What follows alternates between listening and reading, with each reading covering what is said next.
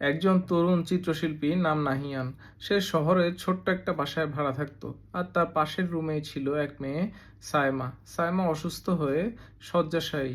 Doctor বলেছে ওর মনোবল ভেঙে গেছে, একমাত্র ইচ্ছাশক্তিই ওকে বাঁচিয়ে তুলতে পারে। মাঝে মধ্যেই নাহিয়ান জানলা দিয়ে যখন বাইরে দেখতো তখন দেখতো সায়মা একটা কথাই বলছে, সেটা হচ্ছে, গাছের শেষ পাতাটা যেদিন ঝরে যাবে সেদিনই আমি চলে যাব। শরতের শেষে একে একে গাছের সব পাতা ঝরে গেল, আর শেষ রাতে ঝড় উঠল। নাহিয়ান এক মুহূর্তের জন্য ভাবলো, গাছের শেষ পাতাটাও যদি টিকে যায় তাহলে সায়মা হয়তো বেঁচে থাকবে।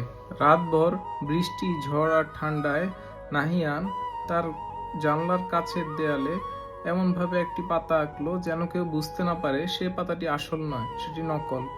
পরের দিন ভোরে সায়মা তাকিয়ে দেখলো গাছের সব পাতা এখনো ঝরে যায়নি, একটি পাতা এখনো আছে।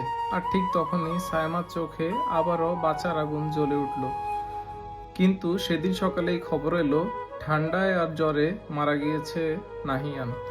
আর যে আঁকা পাতাটা সে রেখে গিয়েছিল তা অনেক দিন থেকে টিকে আছে সায়মার জীবনের প্রতীক হয়ে। কখনো কখনো একটুখানি আশা অন্যের জীবনের আলো হয়ে ওঠে। মানুষ বাঁচে বিশ্বাসে, আর বিশ্বাস তৈরি করে ভালোবাসা।